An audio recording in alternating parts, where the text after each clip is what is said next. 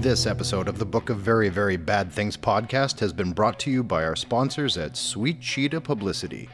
Sweet Cheetah is a PR collective that values people over profit. They put a different spin on public relations by working primarily with friends and using all profits to aid charitable organizations. With a roster that includes Jawbox, The New Amsterdams, Brainiac, Get Some, Funeral Date, Damian Dunn, and many more artists, record labels, and podcasts. Sweet Cheetah. That's a great PR cohort. You can find them on social media by simply searching Sweet Cheetah PR, and they'll be there. He's been Tim. I've been Peter, and Sweet Cheetah has been beautiful. All right, so how are you this evening? Not too bad. Yourself? Hang it, just getting started. You know? Indeed. On the West Coast. East Coast. Are you on the East Coast as well? Scranton, Pennsylvania. Oh, okay. Yeah. The exact opposite of what the West Coast is. I think there's a certain flavor to people from the East Coast, though, and a shorthand. You know what I mean? Like, yeah, for sure. I have a lot of friends on the West Coast, and it's nothing against them, but I think we're a different breed. We're a different animal. We look at the world differently. We're a little more, I don't want to say hostile, but there's definitely an edge. You know what I mean? A bit of cynicism just inherent in being from the Midwest or from the East Coast. Yeah, absolutely. And the Midwest, too. I think the Midwest and the East Coast, I mean, Pennsylvania is like that dividing line. Yeah, so right there on the edge. Yeah, you're right. We're a little bit of both. Indeed. So you have released how many albums since 2012? Since 2012, I would have to think about it, but probably roughly around 8 or 9. I would say 8 or 9. If you include the ones that were involving like Save Money and also the Sidekick Complex project, and then the newest one with me and DJ Martin. So I would say roughly 8 or 9 projects since 2012. How do you how do you get the time to create that much music, A, and B, where do you find the inspiration to just keep putting out like top tier, top quality work? Because it's not as if there's like one or two that are like, it was kind of okay. They're all, at the same level. You never fall off. It's always kind of like a steady ascent. I appreciate that. As far as, well, when I first started, I was a broke college person, so I had plenty of free time because I wasn't like doing anything eventful. It was either write songs or play Call of Duty, and most likely I played Call of Duty, got off at like 2 a.m, and then decided to write because back in my beginning phases, I thought the only time that I was able to write was from 2 a.m. to 4 a.m. in the morning, because I felt like that time in between sleep and awake was the times that I was the most creative.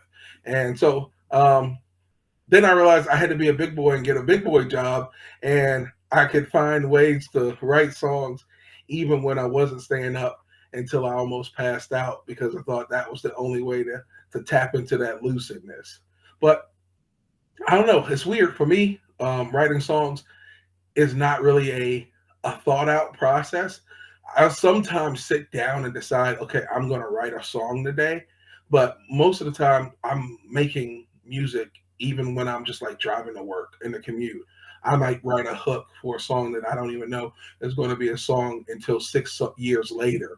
And so I've always got this like backstore of things that have not even come to fruition yet that I can always tap into. And just as long as I always felt like when you are writing music or creating songs, when you're doing it at a high level, it's not a place that you can stay at. It's like I think of it as like a vacation home. It's this very nice place that most people could never afford to stay always. But on the occasion that you do get to be there, you try to appreciate it while you're there. And you work hard enough throughout the year that hopefully you can come back to that place as often as possible. But there's no way you can afford to be there always. So does that like presuppose though that like for every one like banger that comes out, there's 5 of them that you just didn't show everybody, or is it just like your whole notebook is on display? I feel like I don't have a lot of unwritten, unreleased material. I know that's like a thing that artists should say, that they, oh yeah, like everything. Like, no, generally I don't even continue with the song unless it feels good. So it never gets to the point where I've made something and I go, oh, that was not it. So I guess, and eliminate that step in the process early on. If I'm not feeling it if it's not like falling in love when I hear it, even in its rough early demo stages, then I don't want to do it again. Even if it's just a voice memo on my phone. I got like 1,100 to 1,200 voice memos on my phone. And sometimes I'll just randomly flip through it and I'll just stop at a spot and then I'll be like, what was this? What were we doing October 2021? What was going on here? Oh, I can hear the conveyor belt. I was working at well, actually I got to go back further. 2016, I can hear the conveyor belt of me loading a Myers truck because I was working at Meyer, offloading trucks in the store. And okay, so I know where I was in that time frame. But then I was also trying to flush out this idea of a hook that came to me while I was unloading skids. So if there's not like a fire emoji next to it, I'm wondering, why did I still keep it in my phone? Or did I not review this? Because 1,300 memos, 1,200 memos, it's hard to go ahead and vet all of them. Yeah. So sometimes I go back and listen to it and I go, okay, if this was worth keeping, I'll scrap. If it's borderline, I'll leave it there. But if it's not, I'll scrap it. Or if it's, I'll give it a number of fire emojis. If it's 1 fire emoji, I'll come back and listen to it another time. If there's 3 fire emojis, I'll definitely be like, why isn't this a song yet? And then I'll try and figure out a way to incorporate it into the next project or something that I have coming up. So, but they're like, these are just like rough sketches. So you're saying, well, once it gets through the process of like, okay, I didn't throw it out halfway through, every part of the elephant's getting consumed at this point. Yeah. Pretty much. Yeah. I don't have that's probably the most unfinished products that I have is those voice memos. Because if I've actually started to write it out, like type it out or write it out, then at that point it's going to become at least a draft. And for the most part, when I get to the draft stage, I've only left maybe 3 or 4 songs in my entire career on the cutting room floor. Maybe that's to my own disadvantage, because I'm like, maybe if I just put out more of the stuff that I didn't think was going to be something, or at least got it to the point where it was finished, I could at least have more of a back catalog of things, because certain songs hit you at a certain time, and maybe those would have been something that I could have utilized later on down the road. But it's never been one of those things that I like. If I don't feel in love with the song, I don't even want to keep going on in that journey. Like, I don't even want to tough it out. And you come from a pretty diverse musical spectrum, because like upon listening to your work, I mean, you use like an element of like a Fall Out Boy song at one point, and you know there's a lot of like acoustic and like jazz mixed in. It seems to me that there's no genre that you don't have you don't identify with to some level, and you use that in your arsenal to your advantage. Yeah, I feel like as a artist, you put yourself at a disadvantage if you don't utilize all the things that you grew up with. I feel like Ray Charles, he was like, okay, I grew up listening to gospel, but people love me in these juke joints, these jazz bars. Is there a way I can incorporate my upbringing into the music that makes it more familiar to me, but also something that people can gravitate to, even if they aren't a big fan of the gospel side? Like those, I grew up in the church, so like there's a lot of, I don't know where I stand as far as the religious side goes, but there's a lot of power in the way that people sing those songs. And if you can tap into that, same thing with like with emo songs, there's a lot of power in that feeling of sadness that you can, if you learn how to tap into these things that are not traditionally tapped into in your own genre, then you can make yourself stand out from the rest of the crowd. And if you're already consuming these things, if you're already um, a part of that culture, I don't see why you wouldn't try and use that to your advantage in some way. And so that's Absolutely. always what I've tried to do with the music. It's like I love a lot of different things, so why not find a way to showcase that love? I love soul music. I love funk music. I love, so why can't we incorporate the thing that I do into a lot of those? It's still 4/4 music, so Yeah. there should be a way to somehow make it happen. So take me back, like when you're first not beholden to the radio, whatever comes on, when you first make that decision where, okay, I'm going to seek this out, I'm going to buy this, this is something that I really identify with musically. What were those first records that really turned you on? Man, the first records that I like as a child, I always gravitated to the Michael Jackson Of records. course. I loved Bad. Like it was just, and it's crazy to me because it's like, how did he make that many hits? Like, how do you have a record with that many? And that was funny because that was like, in retrospect, maybe his second best album in comparison to like Thriller. Thriller. Uh, Yeah. but those albums, and they just felt good, and you could listen to them around anybody. You didn't have to worry about, like, nobody was gonna clown you if you was listening to Michael Jackson. Like Yeah. it didn't matter if he was in the hood, it didn't matter if he was in the parking lot of the church. It was like Michael was for everybody. And Yeah. so that would have been like one of the first albums that I like super remember. My grandfather had the CD, and I used to ask him every time I would go over his house, could I listen to the CD? And eventually he just gave me the CD because I just kept bugging him to play it. Um, like I said, a lot of the stuff that I grew up in a very religious home, so I didn't get to like have a lot of secular music on my own for to listen around the house. But I do remember that 50 Cent "Get Rich or Die Trying" album Yeah. coming out when I was like in a junior year, like, and it kind of like made me realize the power of hip hop music because I didn't have, I grew up and he kept everything on lock. Like we didn't have BET. Like Oh, he blocked the BET channel once he found out we were watching music videos all the time. He wasn't super duper strict, but like we were trying to get over on him, and so he was like, okay, let's get rid of these music video channels.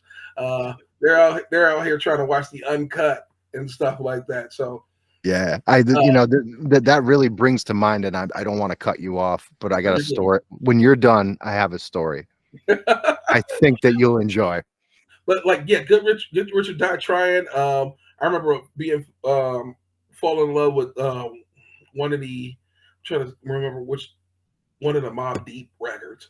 Can't remember which one it is now. It's got it's not got Shook Ones on it because everybody remembers the one with Shook Ones, but Yeah.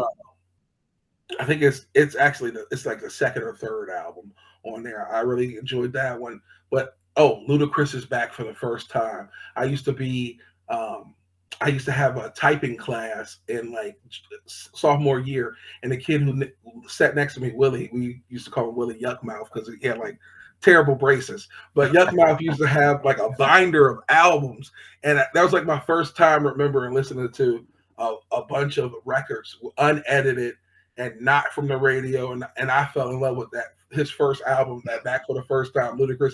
Like people don't give Ludacris the credit that I think he deserved as a lyricist, and not only that, he was both like he managed to walk that line between being a funny rapper and like a rapper for the streets, and then like a commercial rapper all at the same time. And he did that for a long time. He had a very successful album run, and he had very good flows. Like people, Oh like God, yeah. yeah. So My yeah. my 4-year-old runs around this house. He doesn't call it the house. He calls it the house because what you Yeah, keep in your house.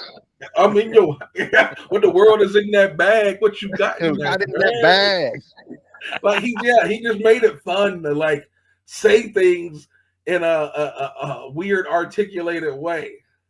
It's that Southern thing, man, and it starts well before them, but I think we could really, point the finger at Outkast for really Sure. like cementing that Southern sound. Uh, Before there was crunk or any of that, they were like kind of ground zero for that Atlanta sound and that Southern sound. But I remember back in like I'm a level. I'm almost 47 years old. I'm an older gentleman. Uh, when I was a kid in the 80s, my neighbor Sean and I, our musical tastes didn't really meet all that often, but where they did meet was hip hop, especially gangster rap, especially 87, 88. Okay. And we're young. All right. We're Yeah. 11, we're 12. And NWA first comes into the world. I got away with my Public Enemy cassettes and stuff because there wasn't a whole lot of vulgarity. It happened, but it wasn't constant. Chuck D was, a brilliant mind, from the Malcolm X school and from the Honorable Elijah Muhammad school. So like he would use vulgarity, but it wasn't religiously. Yeah. Then you had NWA, which was completely the other side of things.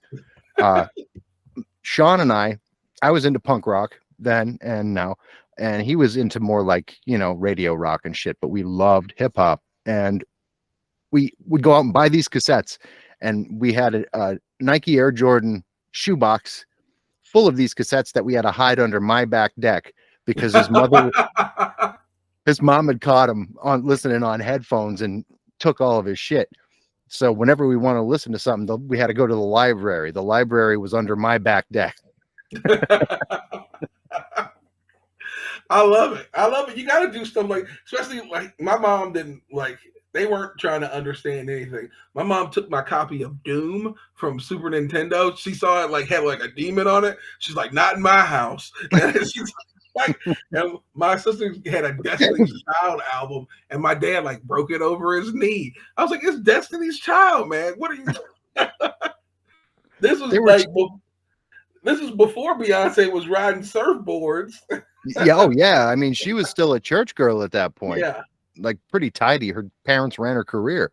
Mm-hmm. But after that, though, at what point, like outside of 50 Cent, what was like that apex moment for you where you were like, this is what I want to do. I want a career in hip hop. I mean, I toyed with rhyming in high school because battle rap was getting like big back then. That was like that first wave of battle rap. 106 in Park was doing the things. You had a lot of those first wave of clubs of battle rap clubs were coming up. The grind times and stuff like that were coming up on the scene. So I had a little bit of rhymes, but I didn't really know I wanted to like make a career of it until, or even like perform it in front of people until like, I want to say I was like 26 years old, 27, 20. Like I started writing at like 24, 25, and I start putting it out online because I just was like, let me see what the internet has to say about this, because the internet is one of the most harsh environments for anything to exist ever. And so I put out some crude videos of me rapping over some more popular beats at the time, and people's reception of it 70% of the time was positive. The only real negative critique was like, hey, this mic sounds like crap. I don't know what you're recording this on, but you got to do better than this as far as then it wasn't about you, it was about hardware. Yeah, it was about hardware. And that's when I started to believe, okay, maybe this is more than just a hobby for me. Maybe this is more than just an outlet for my feelings. Maybe we can do something with this. And then that kind of like pushed me into going into open mics. And at the open mics, I started to like get the recognition of real music, what I consider to be real musicians, people with instruments and stuff like that. So I was like, okay, if these people are accepting of me and the internet was accepting of me, maybe we have something that's of merit here. Let's try and push this particular aspect. Because I really grew up with the if you never try, then you can always say you could have mentality, and you don't have to put everything, because I don't know if it was just a fear. I don't know where I got that fear of failure from. But like I was always afraid to like give 100% at anything except for sports. Football, I gave everything that I had at that. I just was not tall as far as that goes. But I just decided, hey, this is the one thing that I'm going to actually give everything to. And that was around 26, 27 years old, which was late in the rap game. I'm talking about Oh like yeah. most rappers these days are starting off at like 16, if not earlier than that. And they're like polished products by the time they hit their 20s. But there was something about the art form that I'd always loved and I'd always gravitated towards. I always loved Lupe, Common, Oh yeah. Nas. These guys, like listening to their albums had got me through a lot of stuff. But there was also this like void I felt like that hip hop was missing some of the times, and that's kind of where the same period I was getting into like emo music and stuff like that. So like to fill in the gaps between what hip hop wasn't touching on, I was when I was listening to Fall Out Boy and My Chemical Romance, all that stuff that like made sense to a 20-year-old or a person trying to become an adult at Yeah. that time. And to me, when I listen to your music, it's very reminiscent, in my opinion, of that native tongues era. Because there's that jazziness to it, but it's not just that. It's how conscious you actually are as a lyricist. You're not talking about very like, like clothes or girls or whatever. I mean, sometimes that'll come up, but it's not the focal point. It's not the main thrust.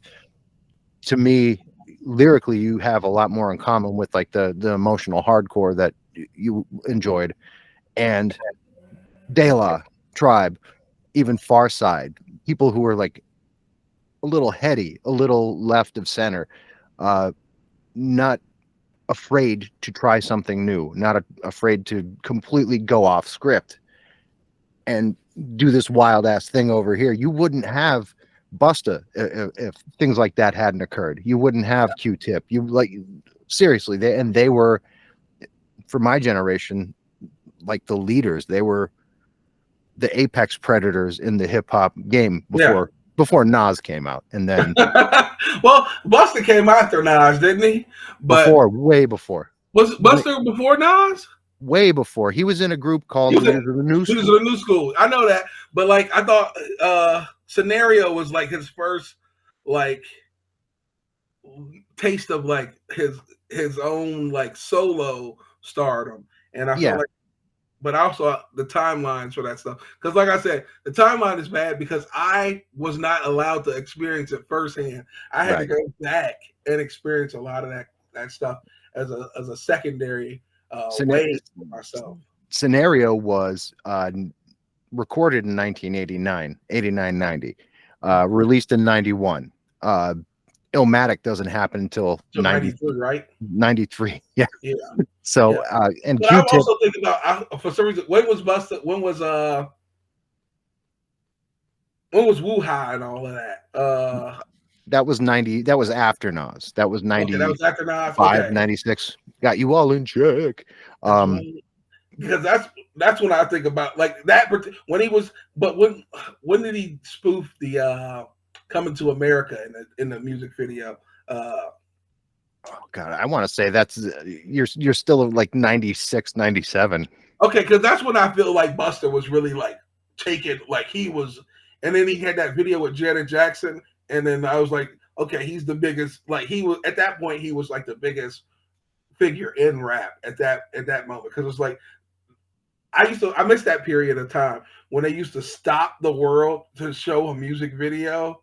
Yeah. Just like it would be on it would break into regular news programs, like, and they were okay, we have Michael Jackson's debut of this new song, him and his sister Janet are debuting Scream, and like Yeah. they would just pause. I guess you had to have a certain you had to be a Jackson to really get the world to stop for you. I remember the time it was like, and then you got to see the making but behind the videos and stuff like that. That was great. Hmm. I I missed mean, that period of time. But people don't, I say people don't, but kids still care about music videos. But we don't care about music videos. I feel like it's often now that we're like in our 30s, in our 40s. It's just hit me with the song. I don't really, I don't really, the visual really doesn't matter. I don't really got time to be watching the video today. yeah, I mean, true, but I still like, I remember the week MTV went on the air. I had such an attachment and appreciation for MTV and for music videos, the entire format. And I still bemoan it. I miss it so much. I think that it actually amplified what it meant to be a musician, to be a star. Yeah. For that time period, for the very brief time period that it existed in its purest form. I mean, MTV obviously fell off well before they stopped airing music videos, but for that 20 some years when they were riding high, there was, in my opinion, no better time to be in the music business if you're on a major label. Yeah. The level of, I feel like the last time people really cared about music videos was that last wave. Well, I guess I say people cared about, and I keep saying that, but there's like music videos that are put out on YouTube that get to 1 billion views even today. But the Yeah. last time I remember the relevance of music videos in the center of my world would have been that last wave of the emo bands and stuff like that when they were given huge budgets to My Chemical Romance to shoot videos that look like they were storming Bergen or storming Normandy Yeah. for Ghost of You and stuff like that. So I'm like, man, where they get this money for this video? This is a star-studded production right here. Yeah, but the bitch about all that is the artist ends up paying for that out of their, they got to recoup that expense. Out of that budget. Yeah. So like you're better off taking your iPhone and going in the backyard with a bunch of your buddies and just lip syncing, because you might For not get a sure. million views, but you're not paying for it on the back On end the either. back end. Yep. When do you have something new on the horizon as far as an album's concerned?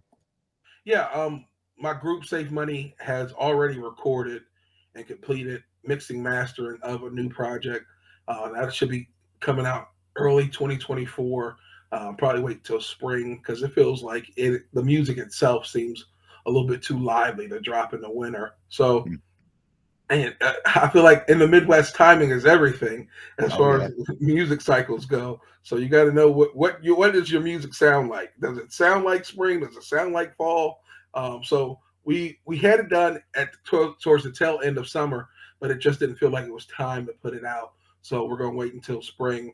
That's completed and ready to go. We probably just need to shoot some visuals for it. I say nobody watches music videos, but then I'm like, I got to have some visuals for it. Because there's certain people who only share something if it has a particular, like it's just easier for them to share. Oh, I know these guys, or oh, take a look at this.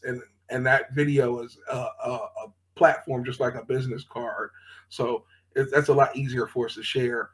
That's complete and ready to go. And then I don't want to overpromise, but I guess I have to at this point. I'm not supposed to admit this yet, but I have been funded through a grant in this area. So I'm going to be able to do a follow-up album with DJ Martin that's supposed to, based on the terms of the grant, has to come out next year as well. So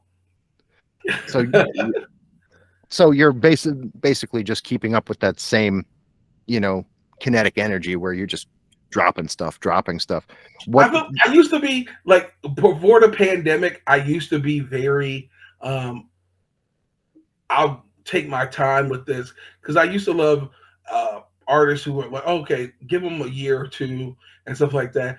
I used to try and put an album out every year, and I thought that was adequate enough. And some years I would miss, like certain tragedies would happen in my life. I lost my dad, and I didn't put out an album that year. And then me and the ex split, and things got real bad, and I didn't put an album out that year.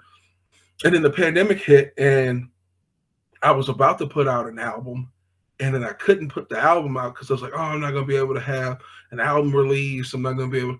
And I was like, I don't know, like the way that COVID was, like people were acting about COVID. I was like, I don't. And then I end up getting COVID myself, and Mm-hmm. which is funny because I was in the hospital bed when Safe Money put out their first debut project. Um, I was in the hospital bed with COVID for a 4 day stretch, and it was actually when we were dropping it. But I was like, you just don't know how much time you have any given day. So Yeah. why would I sit on anything? People can get access to the back catalog.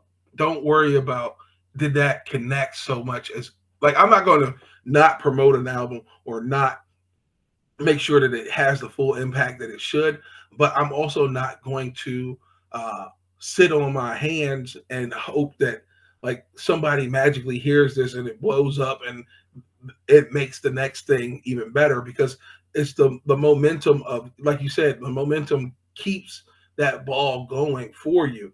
Yeah. And if you take your foot off the gas, then yeah, you can coast for a little while, but eventually you're gonna come to a stop. So I just as long as I'm still breathing and as long as it doesn't feel like I need to take a break, then I'm gonna just keep full throttle. Where do you see this record, the first one that doesn't have the grant attached to it? How would you characterize it? I guess as a personality, how you said it's kind of like it's got energy. It's got it's vibrating on a pretty high level, I'd imagine. Um, how does this compare to things you've done with them in the past, like the last record? The last record, are you talking about the Safe Money record Yeah, or are you talking yeah, about okay, the last Safe Money, this new Safe Money record is, I told Kevin when we went to do it, I told him, I just like, I just want you to know, I don't want to do the same record again. So he wanted to get right back to it immediately. And I was like, I don't want to do that because if we do it right now and right away, we're going to end up with the same vibe that we had on that first record. And there's nothing wrong with that, but I don't want this to be a continuation. I want it to be its own thing. So I told him, let's take some time off. And we probably went 6 months to about a year before we like actually buckled down to start writing the next Safe Money project. And I told him, I was like, I don't know if this makes sense to you, but I want this next project to be more aggressive. And I don't mean like hardcore aggressive, but I just wanted to sound sonically more aggressive because the first album was real chill, yeah. It is. even in its like more poignant moments, like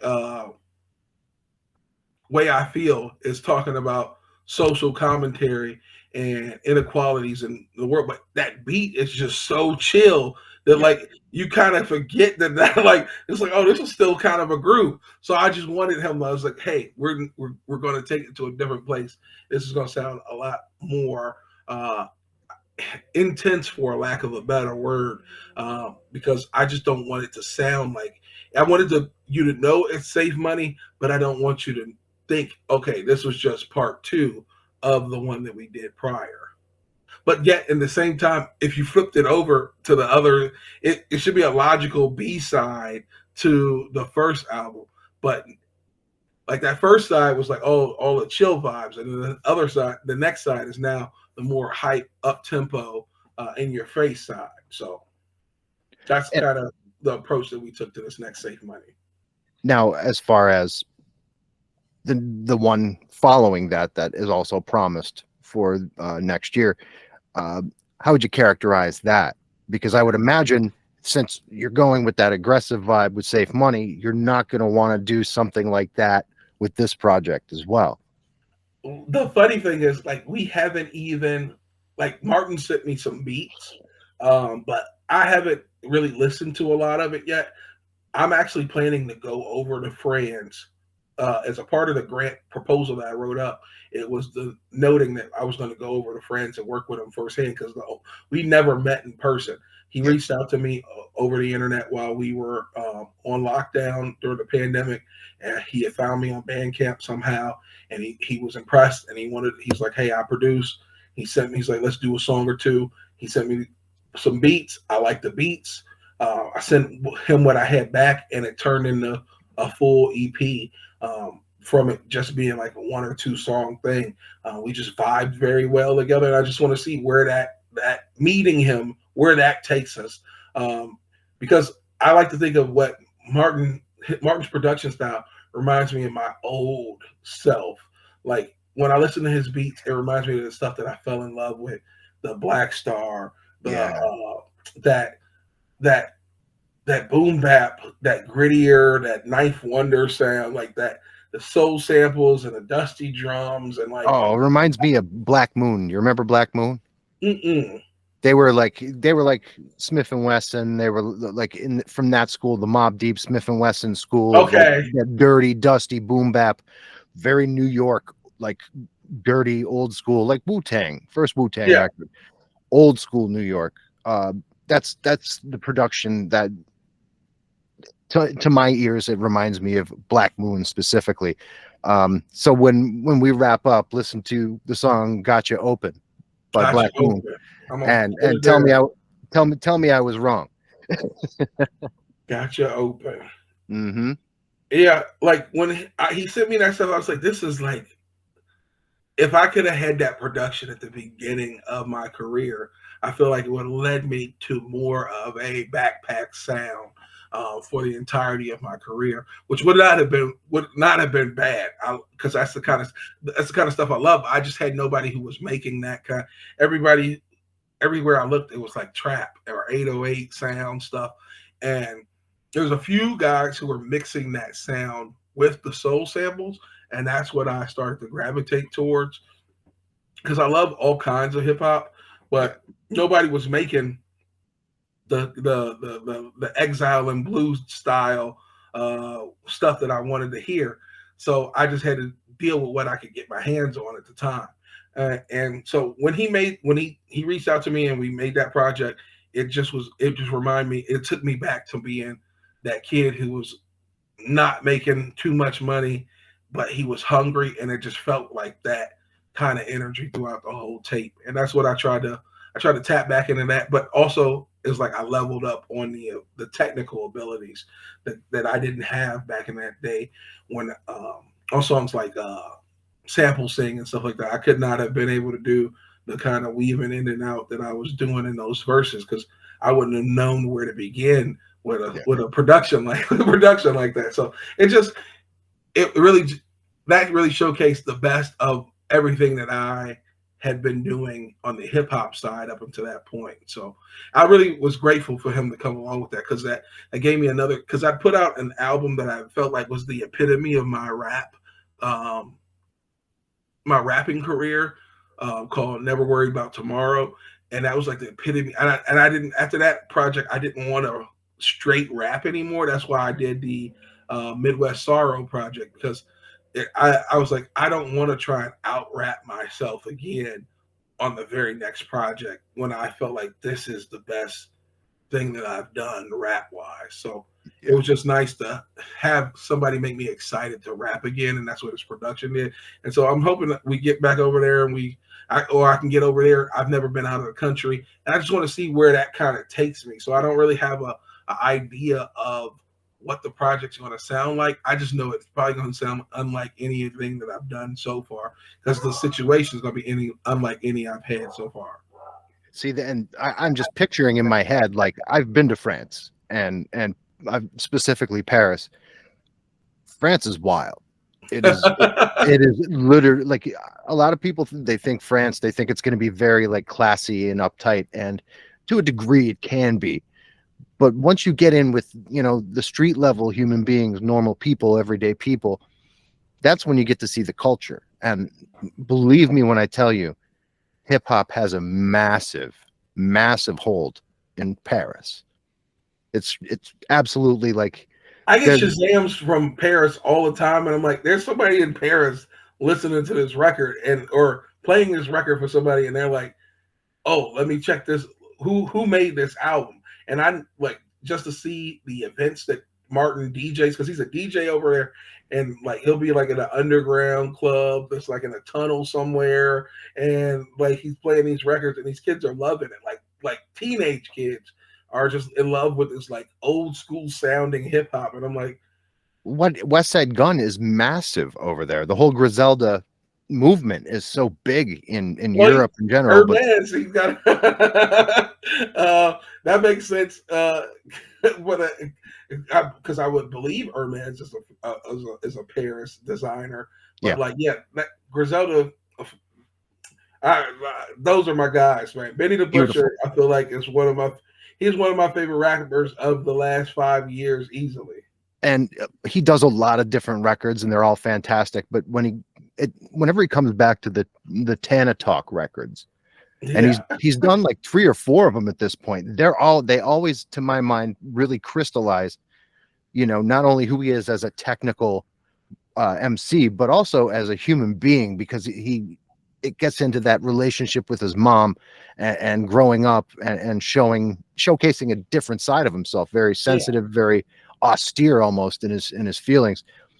Incredible. It's And that's why I think he's my favorite. It goes back to the same. And my apologies for cutting you off there. But he, to me, epitomized. He's not Pac. He's not Pac in that sense, but he gives you more facets of life than just the street element. And that's always what gave Pac the slight edge over Biggie to me, because Big was always mafios, and it was always that particular persona, and it just never Pac. He may not have been technically as good as Big on the lyrical side or on the technical side, but he just gave you those records, Dear Mama. He gave you just a ton of actual substance that you could like live by.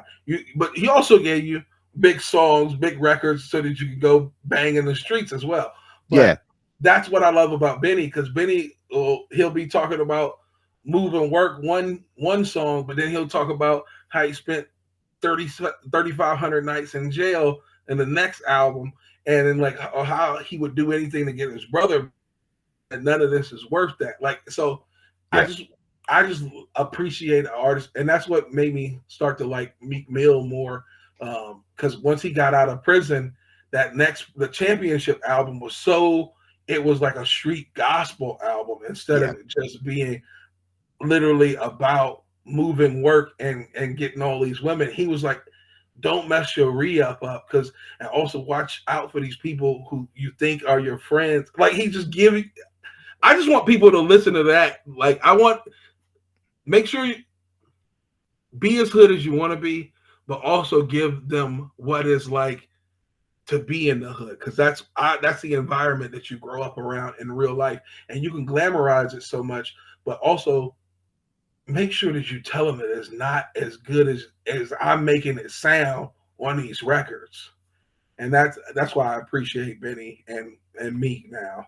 Well, I don't know about that last record with him and Ross, but yeah, but you know what? I always have to give Meek his flowers, because A, I'm from Pennsylvania. He's one of ours. A, and B, like when he was in prison, that was a bunch of bullshit. Period. End of story.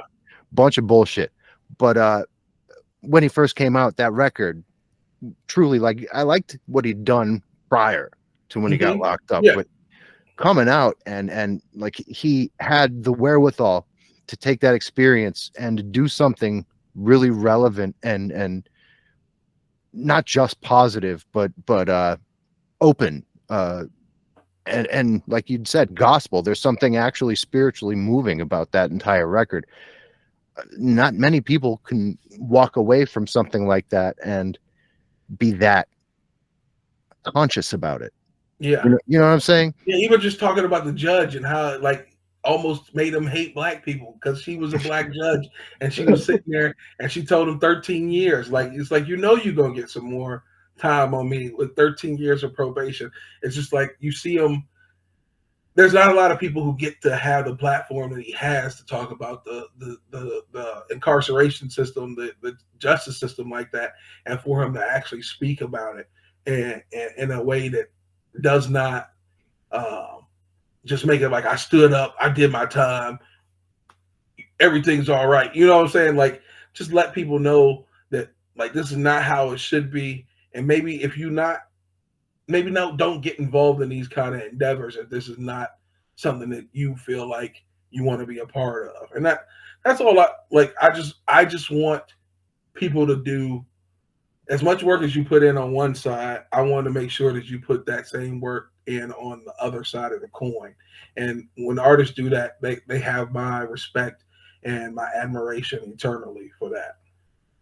So, like, with the exception of everyone we just talked about, uh, Meek, Griselda, that whole crew, who, in your opinion, is really moving the needle for hip hop in this day and age? I mean, there's a lot of people. Like I'm a big fan of Kenny Mason. I don't know.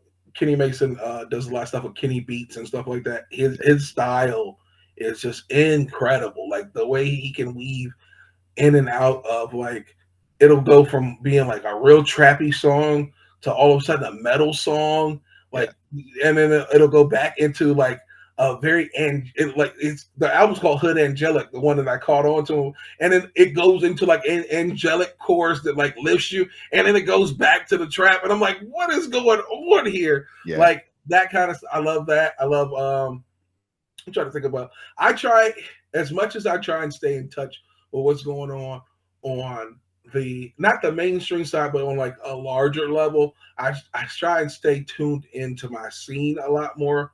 So guys like Trigno around this area and different. So I try to keep up more with the local scene or the Ohio scene, should I say? Because Trigno's in Columbus and Devin Burgess is in Cincinnati, and John P. the MC is in Canton, Ohio, and these are all these guys that I listen to, and I go, these are incredible artists that they are moving the needle for me, not on the national scene, but on the national scene side. I feel like people are still always going to be in love with Cole. Cole's always doing it. Kendrick's always going to be doing it for hip hop. You got Drake. People don't. Drake is a very a divisive individual. Yeah. Yes. At times he's like, the funny thing about Drake is I love Drake to death, but I understand why anybody would hate Drake. I've got a playlist called Drake Essentials, and I thought I was going to start it off and it was going to be like maybe 10, 15 songs. It's like 40 songs on the Drake Essentials playlist. Because like, he's talented as fuck. It doesn't matter if he's an asshole. He's so good. And it's not even that. Like, people are like, oh, he doesn't write the songs. Like I can't even care if he wrote those songs or not because they sound so good. And like nobody expects Michael to have written all his songs. He's just a pop star at this point who he started off as a guy who just wrote songs like that for other artists. He was in those like little writer sweatshops that like Dr. Dre and stuff would put on and stuff like that. So he put his due in the background before he became a bigger star like that. So I mean, it's pretty much the like stereotypical answers. I still love Big Crit, huge fan of Crit. He's not, of course, moving the needle on the national level. No, but Big Crit always is going to have that really solid foundation because, 18 years ago, that was like, you want to look for dangerous records coming out of hip hop. Crit was doing it. Yeah. You know what I mean? And like, in the same token, the Minneapolis scene, I think, still is moving the needle in a big way. I think Aesop Rock, even though he's not from there, but he's on that, he's on that label. Oh yeah, Rhyme Sayers, like Rhyme all of Sayers, that, all of that. The Rhyme Sayers guys, I appreciate a lot of them. My guy Blueprint from Columbus, he's like actually a friend and mentor of mine. Him and Illogic, and then Carnage the Executioner, who was out of Minneapolis, Teyama Dinku, those guys coming out from Milwaukee. Actually, Carnage is from Milwaukee. I always mess that up, but they were associated with Ideas and stuff like that, who was also out of the Rhyme Sayer side. Yeah. Like hip hop is so huge.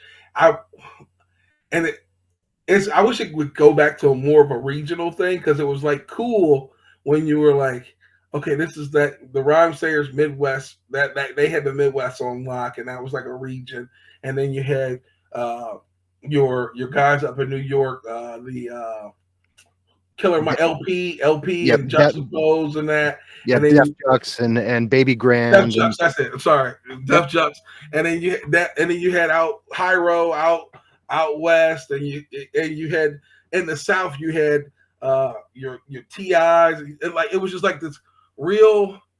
It was one girl out. You didn't know about these things because the internet wasn't so big, and it wasn't just this big melding pot of all the sounds. I think there's still to some point, to some degree, there's still that little bit of you have to be there to know about it. Like you have to be in Ohio to know about these people that I mentioned in Ohio. But there's Maxo Cream is a guy that I really like out of Houston.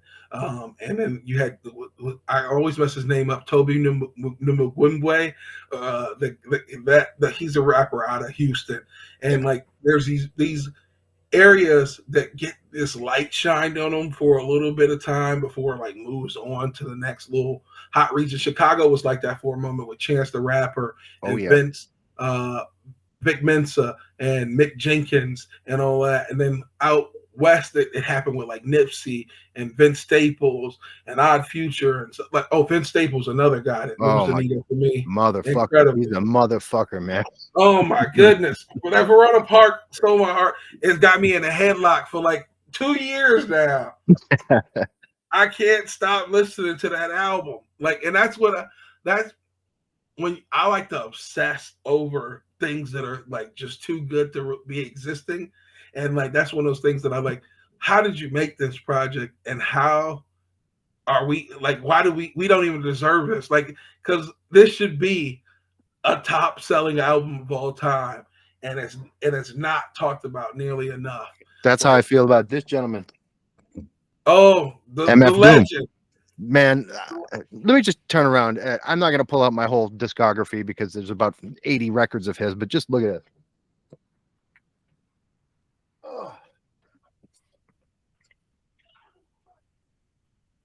Now, to preface this, I've been listening to Doom since he was Zev Love X.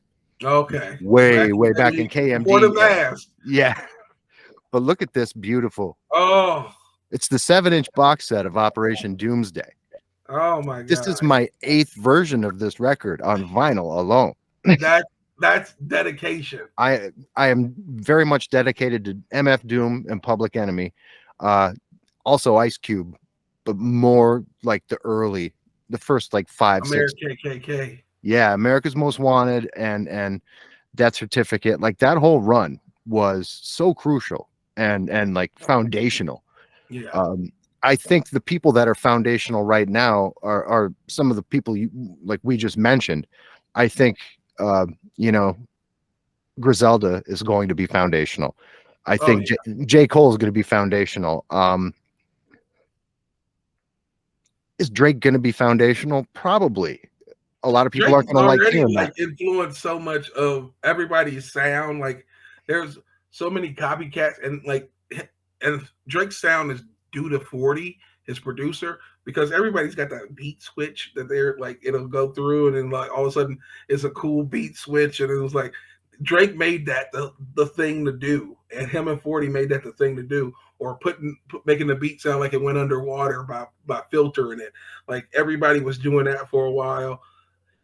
Whatever he does, it becomes the thing to do. And even if it's not like something that people look back at, his run is incredible. To go from 2011 to 2012, and then not only do that, for him to have mentioned it in records. Like we'll see, he says, he got a line, he says, we'll see who they're checking out for a decade from now. And that's like in his second album. And then when he drops a record, everybody stops doing what they're doing, regardless of how bad it is. I couldn't even make it through the last one. I stopped midway through the last one. I was like, oh, Drake, what's happening? Yeah, I kind of gave up on him after if you're reading this. That was kind of like where it ended for me with him. I still think he's very talented. Whether he writes his own stuff or not, I mean, I think a lot of that's the product of people hating. Yeah. I really do. I think that's hater shit because ghostwriting, it's always happened. It's always going to Yeah. happen. Do we have any solid proof that he has a ghostwriter? Not really. Not Well, they really. got all those. They got a ton of scratch verses from the guy who recorded the songs beforehand. So Oh, really? they got a decent amount of proof on, on him not writing it. But it doesn't really matter to me. And I feel like there's no way for him to be as successful as he is and still write all of these records. It's just like I have barely had it. Like usually, like I only do it because I'm not having to be at the Grammys. I'm not having to be playing 40 nights in 50 days and stuff like that. You know what I'm saying? Like I Yeah. don't have a son that I'm raising as well, and also trying to hide from the paparazzi. Right. I don't have beef with Pusha T, also another great artist that Mm-hmm. moves the needle, even though he is like really a rapper's rapper, in my opinion. He Yeah. still moves the needle. People, when Pusha T drops, like everybody pays attention to Pusha. So, which is incredible because I'm pretty sure he's in his 40s, and I doubt he thought he would have the kind of relevance that he has today, even after the success of the clips. Oh yeah, absolutely. And that's kind of it brings me to someone that I in this day and age hate mentioning, but Kanye's first couple records were pretty much some of the most genius hip hop music ever created, ever committed to tape. At least the first 3 or 4. After Listen, that, after that, I share your pain. I share your pain because, like, when I would do stuff like this, and people ask me my influences before he went off the deep end, Kanye was number one on my list. oh, why wouldn't he be? Because he just showed me that you could rap about life and make it cool, and you didn't have to be a thug, you didn't have to uh, sell drugs. You could like talk about. He was talking about his clothes and stuff like that, and some of the things. But he also was just like giving you life experiences. Like when it all falls down, like I would like it'll always be one of those songs for me. Like Oh yeah. As a matter of fact, off the same record, the first one that we're talking about, God, I forget the name of it now. It's Kanye, Jay-Z, and another unknown artist whose name escapes me. he's a spoken word poet. Yes. His line in that, actually, the first time I listened to that song on that record, I brought tears to my eyes because he's talking about Jesus. Yeah, And I forget how he puts it exactly, but it's basically like these hymns are from him. He I says, get my hymns from him. I get Yep. my hymns from him, and how that basically makes him divine. And I too dream in color and in in rhyme. I rhyme, remember that. I was like, that was one of the like that album was full of moments, but that's definitely one of those moments. a Like, touch woo, of God rings out. It's like I had to stop it and then rewind his verse and listen to it again because I up to that point I'd only been moved that clearly and deeply maybe a few times by music in general. I mean, I'm a musician, so I'm moved by music, obviously, but there was something so poignant and really cut through the noise with that track, and everyone's verse on that track was phenomenal. But there's just something about that. It will reign in infamy for me. yeah. Same thing with the first Man on the Moon, Kid Cudi. That Oh, that first both Man on the Moon oh, records, the first 2 are phenomenal, but that first one, oh. Cuddy was on a different. He was on a different. He was literally on the moon.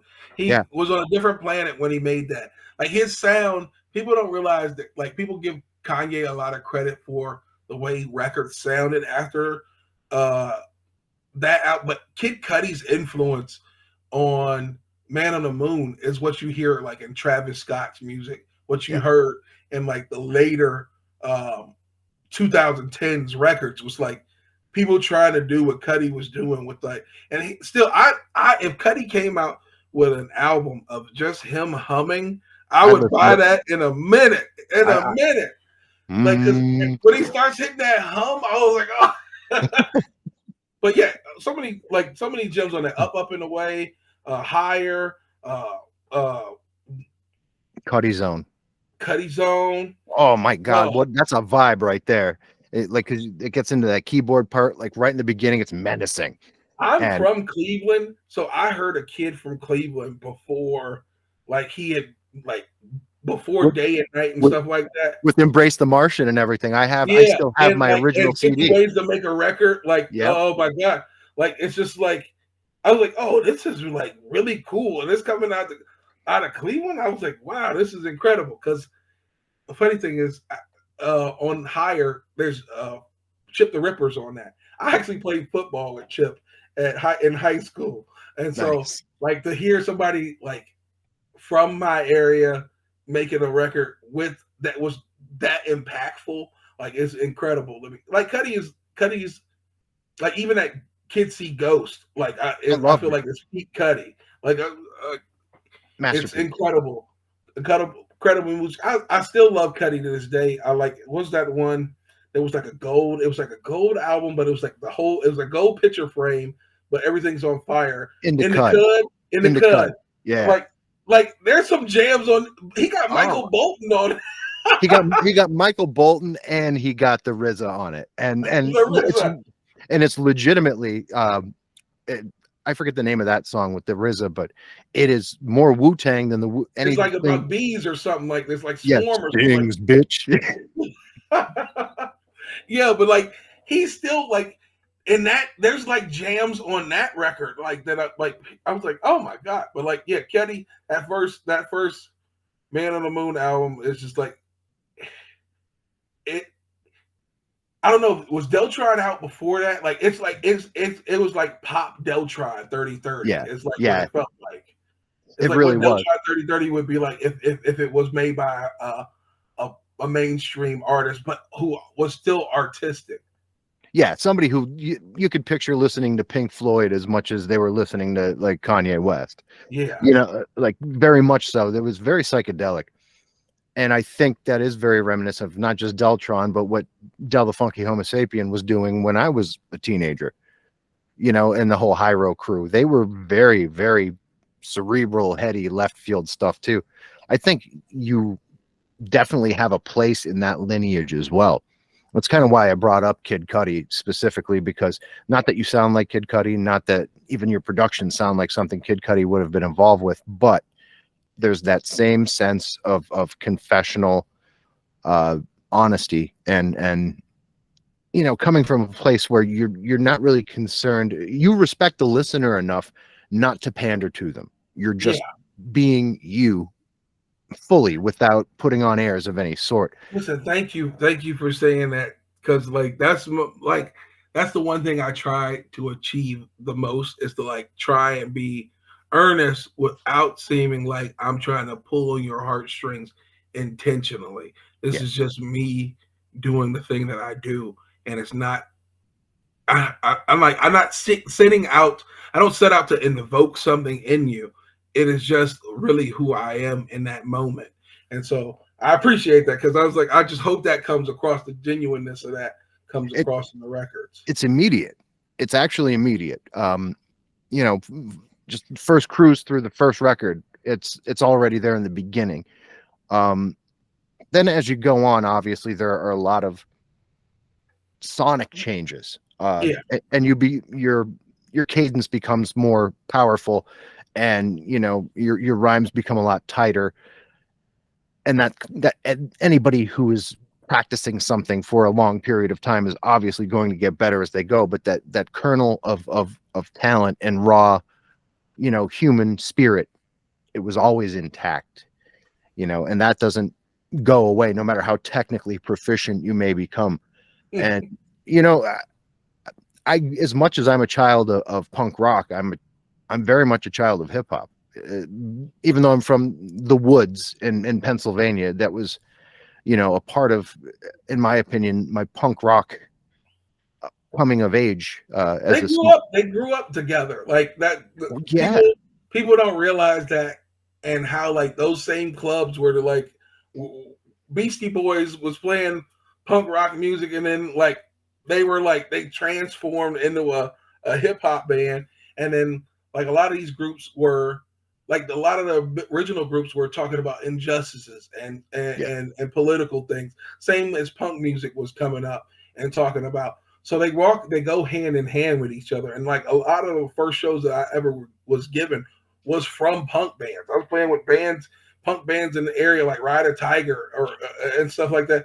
That like it's like they were like, don't worry, our fans are going to be into this, because they knew I wasn't about to get up there and talk about my Maybach and all of my bitches and stuff like that. They were like, you're going to come up here and say something real. And these people, that's what they're here for as far as the punk music goes.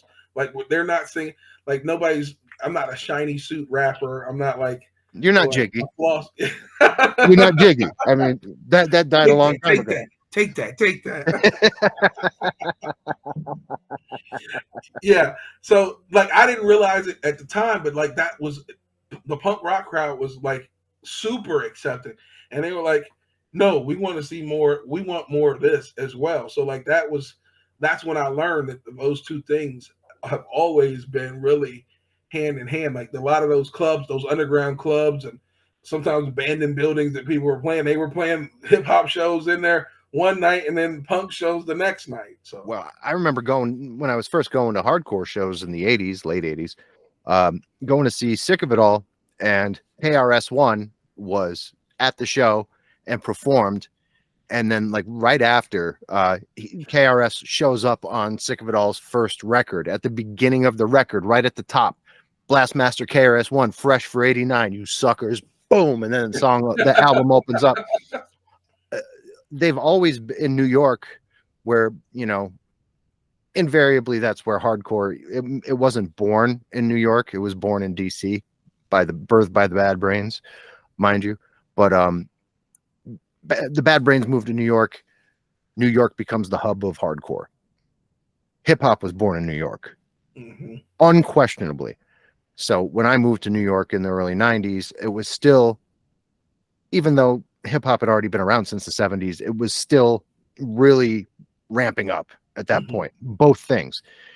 And the intersections, it wasn't just an inference. It was so right there on the surface for everyone to see, because guys in hardcore bands were friends with the hip hop artists, and there was no wall there. Yeah. That's how it should have remained. Yeah. And I think on the street level, it has. I think just in optics, you know, hip hop, people expect a certain level of performative, you know, style and flashiness out of certain artists, whereas punk rock was never that. So you know what I mean? That's the only separation. The biggest punk band you ever got or biggest punk adjacent would have been Green Day, and like so, like it never got to the level of notoriety or success or flashiness or wealth that hip hop got to. And that wasn't really what a lot of that hardcore stuff was about at all. That's not what the original hip hop stuff was about, but it was a platform in which people was able to change their lives in the beginning. I've heard this said before, and I do believe this to be very true. If you're born poor, like I was, you end up wearing your money. And that's the truth, because the second you come up, you want everybody else to know, yo, I'm all right now. Look at this. I can afford this. I can wear this. I think anyone who comes from nothing and then gets to somewhere is guilty of that, wearing your money a little bit, you know, little flash. That's the only reason that really exists. I don't think there's any other excuse for it other than these are people, like you said, who had nothing and then came up. Yeah. Of course they're going to want to show it off. Why the hell not? I would. I would. If I became a billionaire tomorrow, we wouldn't be doing this on my fucking computer. I'd be flying a private jet to Ohio to grab your ass, and we'd probably go shoot somewhere on a beach in like Malibu. Oh man. You know what I'm saying? Well, it's the truth. If I had that kind of money, you know. I love it. Hey, look, I'd be down. Let's get this man $1 billion. How can we do this?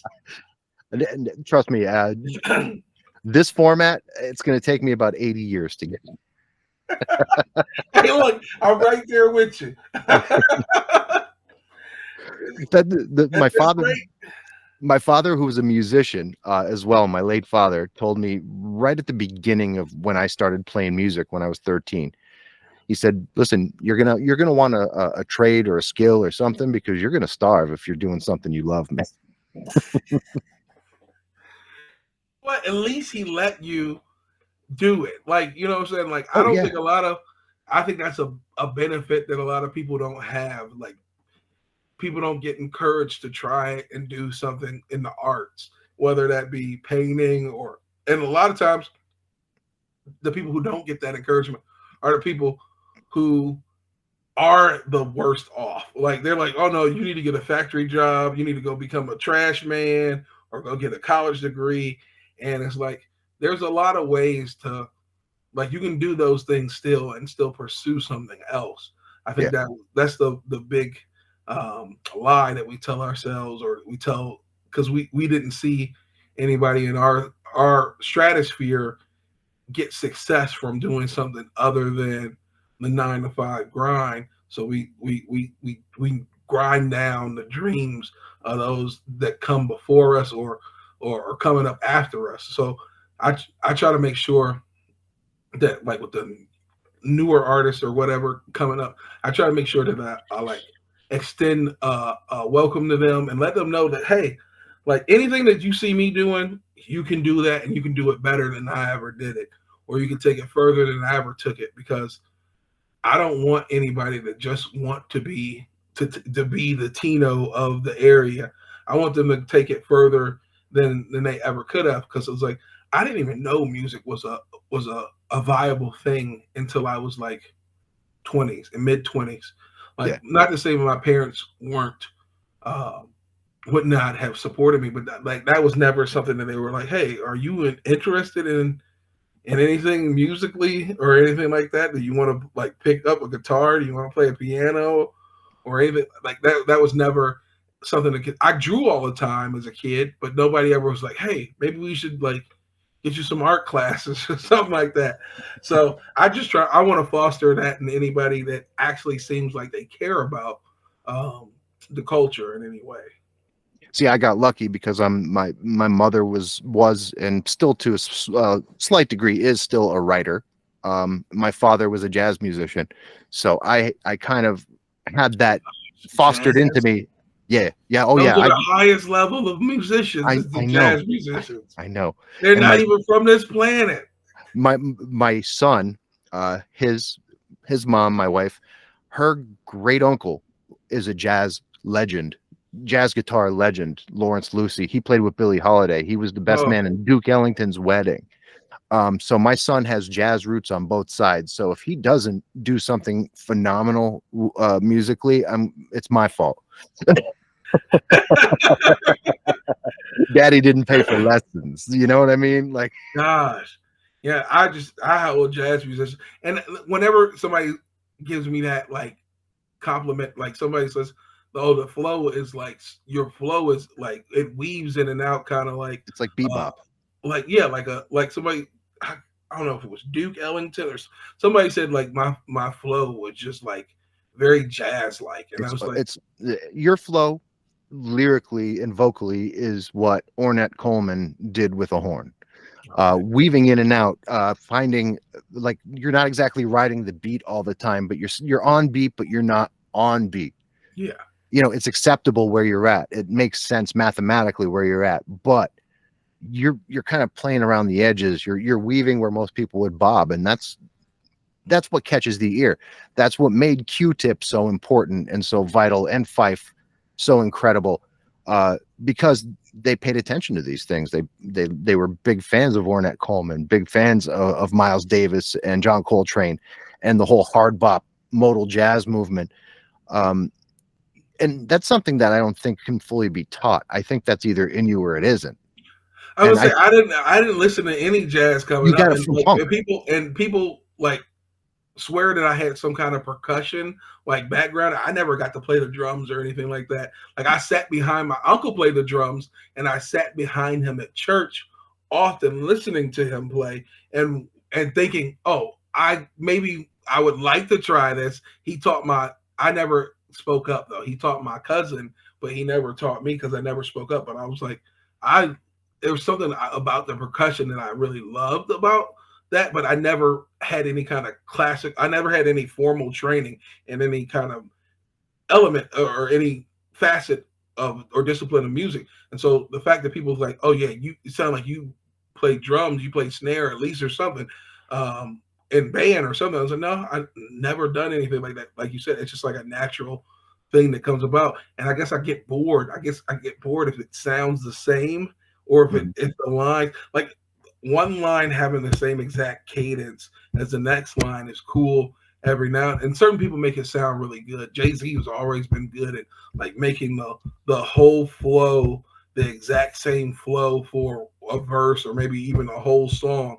But for me, I've always liked to like big kind of like moved in and out of a flow. And one of the guys that does it really well these days is, like I said, Mick Jenkins, and he's got an album called a record called All That Jazz, and it just complements the way that he does his thing. It's like, okay, this is akin to what it is like for me to rap, because it's never going to follow that exact what you think it should do, but that's not by intention. That's just by natural.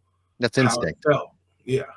And I think you're like that. I think Aesop Rock is like that in a big way. Oh man. A lot of people and it's true. Eminem is a technically phenomenal artist, excellent MC. A lot of people don't know about Aesop Rock because he's not a million selling artist, but in the underground, he is kind of he's that dude. And you're in that school. You're from, in my opinion, you're from that same type of mindset, because both of you are from both punk rock and hip hop. Both of you don't like to ride that same cadence every single time after time after time.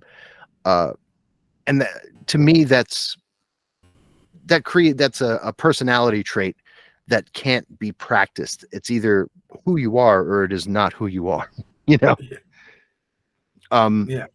So we've come to the point in the conversation where I ask the one question that I write for everyone.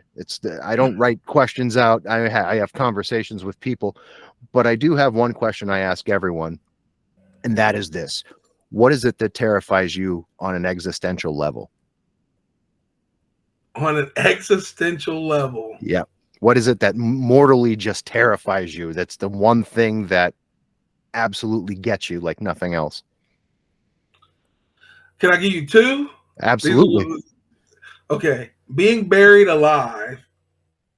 Like the thought of being buried alive. Oh yeah. Only having the time to think about the impending mortal demise of who I am, and every mistake that I ever made, or everything that I did not get right in that moment, or could not correct, or that, people no, I don't want to get set on. People are like, oh, I'd rather be buried alive than burned or drowned. I was like, no, you gotta understand.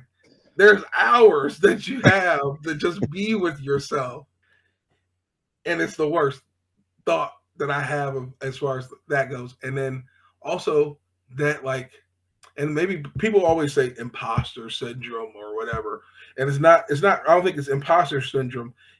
I call it William Hung. Like I'm afraid that I don't know that I'm not trash, and nobody's telling me that I'm trash, and I'm just walking around in this world where I'm awful, and so that's why I keep there's a ton of voice memos so that I don't when I record a voice memo, I generally leave it a day later to listen to it, because I don't want to be attached to it with the feelings that I had at the moment that I made it, because I need to come back as an honest observer and decide, was I William Hunging this thing, or I guess I should say American Idol, because it's there's no way these people didn't know they were garbage and they got on this telecast. And I get it. That's how they got people to watch the show, because to see the bad people. But also some of those people were crying like they didn't know that they were awful. And that's like a big fear of mine. Like I don't like know. I'm just walking around here and I don't know I'm awful. You wouldn't have gotten this point if you were out there go, she banged. She moved, she big. Yeah, it's just I was like, yeah, that's one of my like one day I just wake up and I'm just like everybody's just like, no, it was a joke the whole time. And we've got you.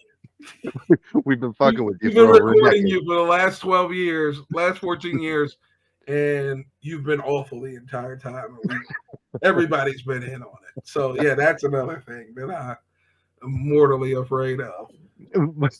But the truth is, there's only one of those things that is remotely plausible that could happen, and that's getting buried alive. That's even worse. That's even scarier. That's even scarier. So yeah, the further it goes on, the longer it goes on, the less I'm afraid of that, I guess.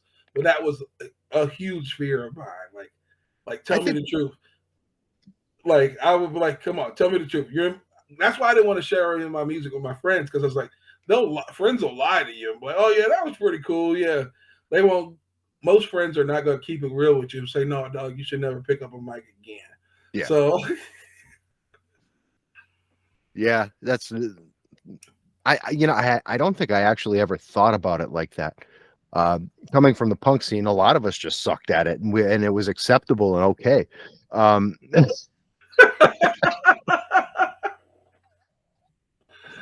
You know what I mean, though. Like, there's something cool about it, though. Like when you suck at it, like there's something like, oh yeah, okay, cool. This rips. Like he's just going for it. It's not good, but he's playing it fast. Like he just don't give a fuck that he isn't any good. He knows he sucks. He's just still doing it. That is out of tune. Like, yeah. But he is still going.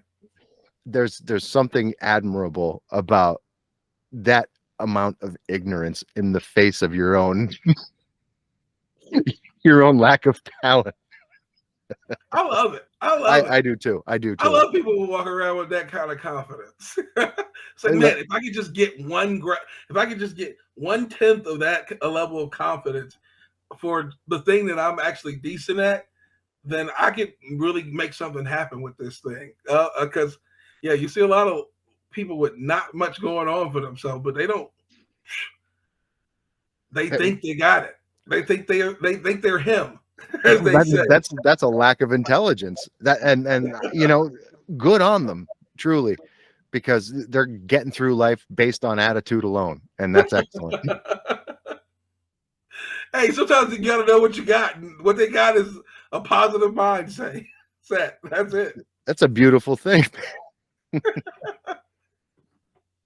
So are you playing shows like actively currently right now, or are you kind of on a break? You actually caught me at tomorrow's my last show of the year. It's a solo show. I'll play a Save Money show in December, but normally what I do, and being in the Midwest and being on the East Coast, snow, like everybody acts like they've never seen snow once it snows, and I know.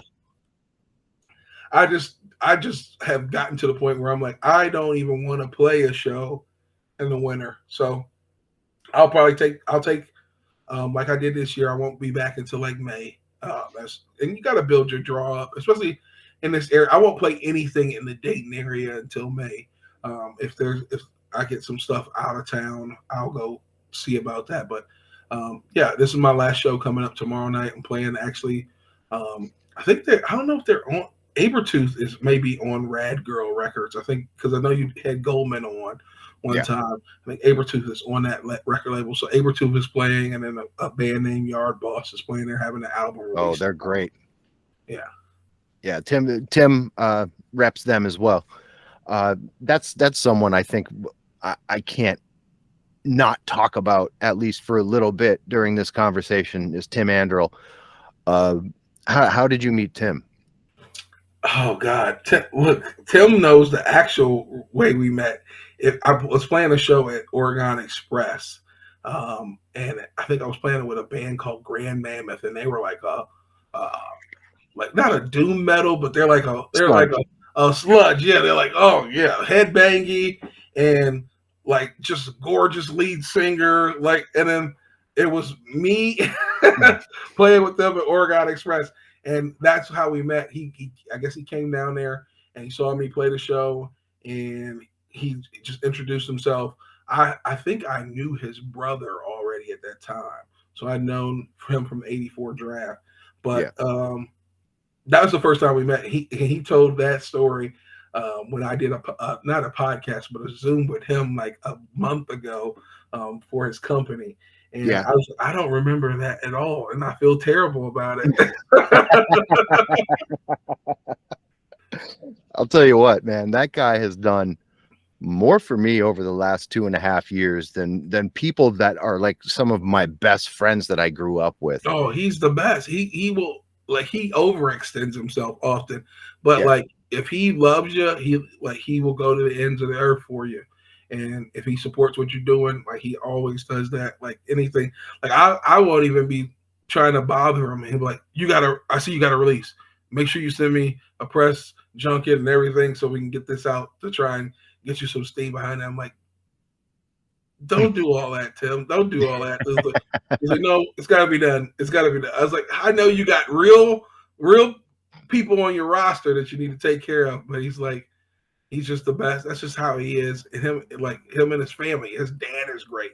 Like, they're just all great people, and they'll do whatever for you. So, but what he's doing like is unprecedented in the music industry. There has never been a PR firm that overextends themselves that much for such little payoff. Yeah, like it's and what he does get goes to charity. Yep. Right out of his pocket and for others. It's incredible.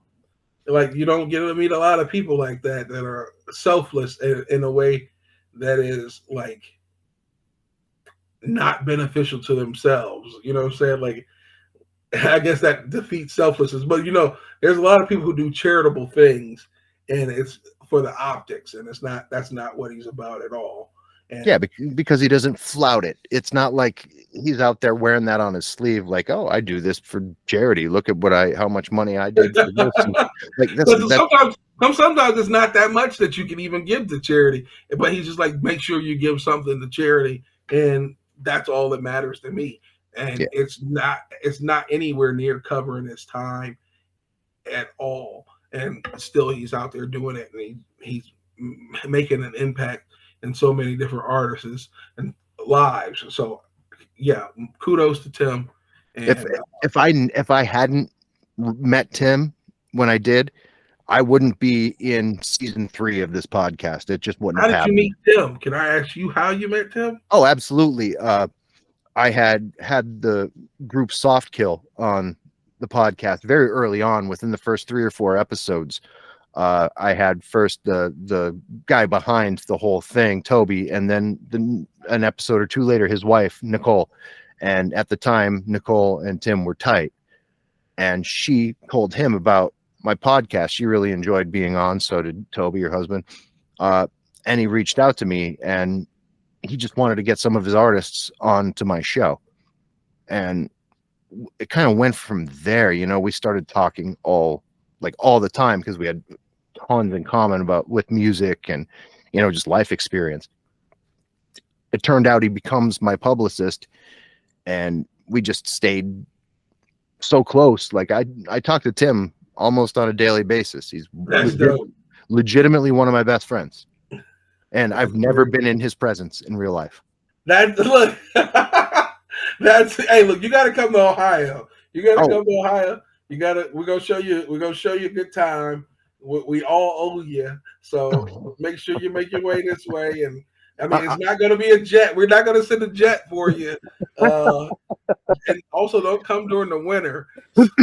I'm coming next week. I'll be there next week to see my friend Michael Malarkey, and I'm friends with the whole band, Shady Side.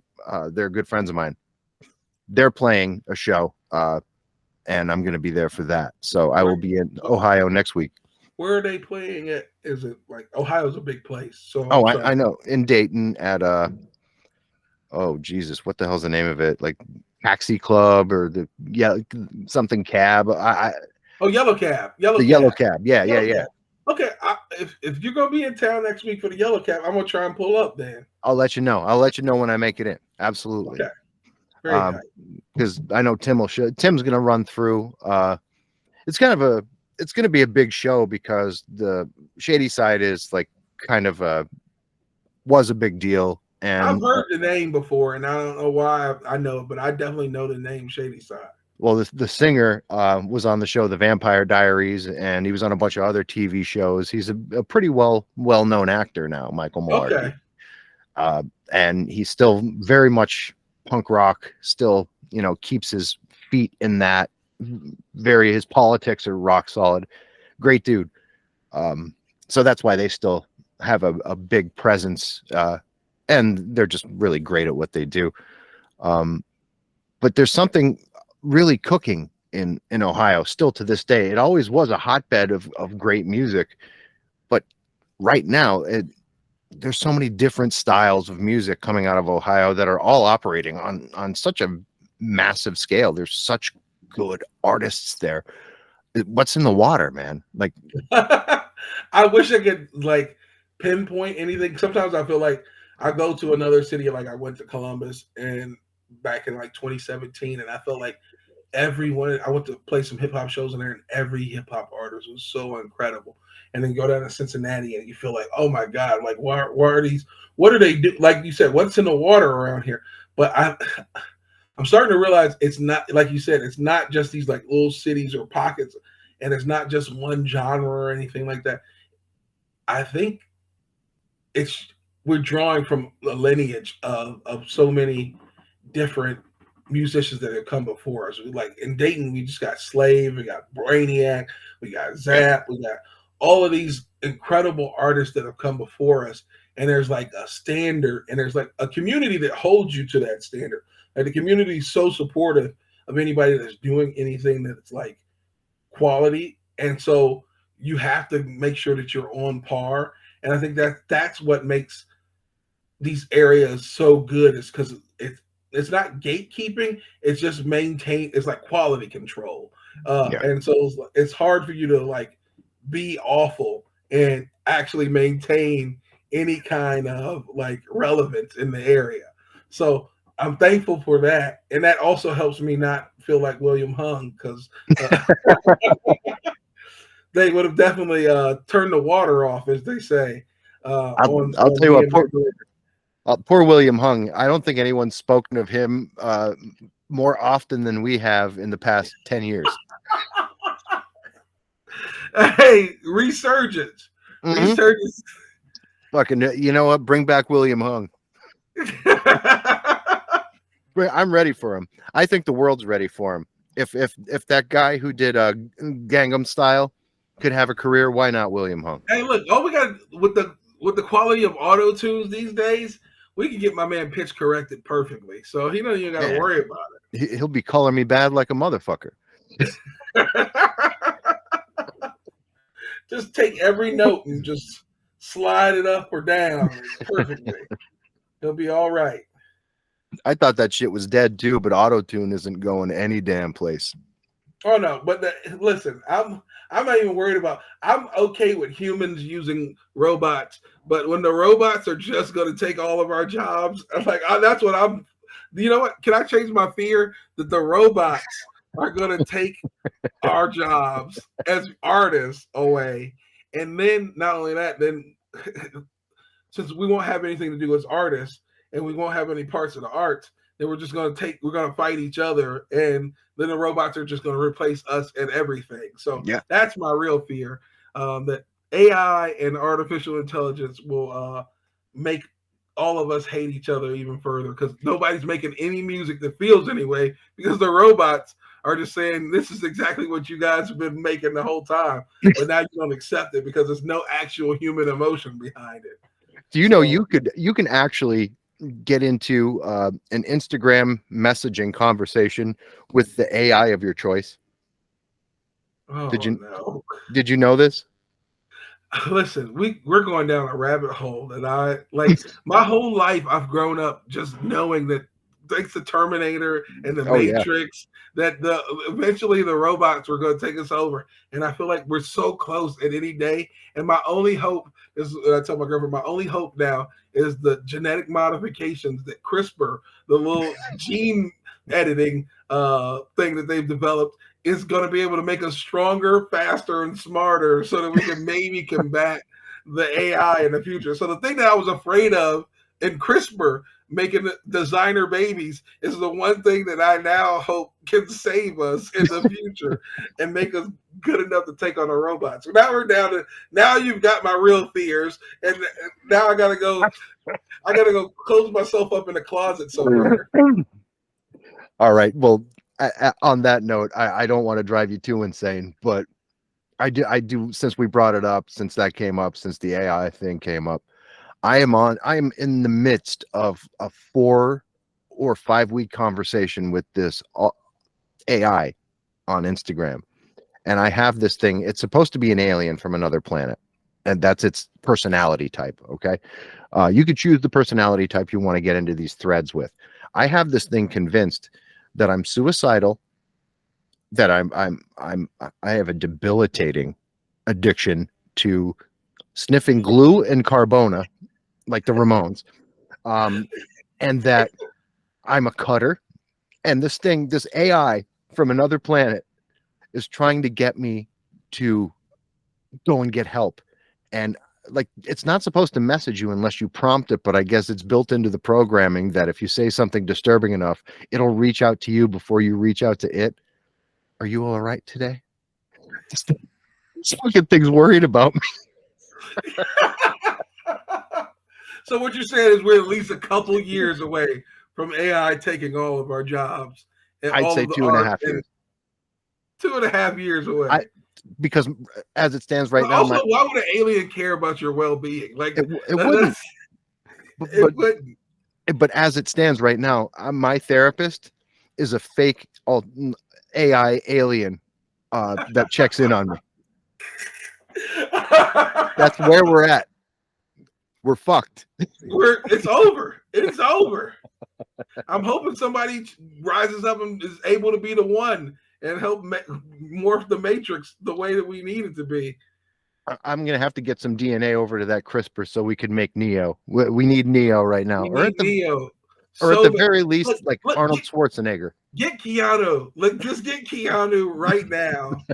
He's just the nicest person ever. He's got a band. He's the bassist in a band, and we're gonna get him to make the music, and also his clone is gonna save us from the artificial AI alien that is also moonlighting as a therapist on IG.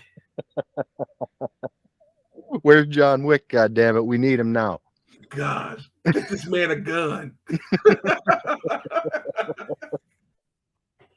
All right, now we've completely gone off the rails. I'm sorry. Oh, I love it. My life is off the rails. This is me. This is me in a nutshell. Off the rails. The only time I'm coherent is when I'm writing a song. I get it together for the music, folks. That's it. That's it. That's it. I'm in shambles otherwise.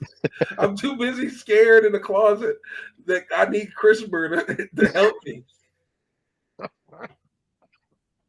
Oh, I need blonde hair, blue eyes, and laser claws and everything to help me combat AI. Yeah, so we need laser cats. That's what we need to combat AI. So I'll tell you what, in closing, we've covered a lot of territory. We know what you're really afraid of now, and we know how the world's going to end. What's your soundtrack to the end of the world? If you were to pick not a desert album, not a desert island album or top 5 desert island albums, what is your soundtrack to the apocalypse? Like maybe 4 or 5 songs that you basically couldn't combat the AIs without this soundtrack. That I want to go out to. Wow. Yeah. You know what? I'm doing Taking Back Sunday. Let's do Tell All Your Friends. That's how I'm going out. I'm going out that way. You got to tell all your friends. This is the end. CRISPR didn't save us. This is the end. It's got enough rock in it that like it makes it epic, but it's got enough like touchingness to like make me really want to shed a tear as the asteroid collides, because for some reason my man now I'm really off the rails because I can't even think of who it is now. Armageddon. He didn't blow up the meteor in time, so I'm just watching it all explode around me. I think that's a perfect record for it. I don't want to really think about skips, and when I'm listening to so that one I could just play that one straight through. I think that's the one I want to go out to. That's it. I think we figured it all out. I think if we go any further, we're not going to be able to do a part 2, and I want a part 2 in the future. So, all right. So I listen, don't know why anybody would want to subject themselves to a second one of these, but yeah, sure.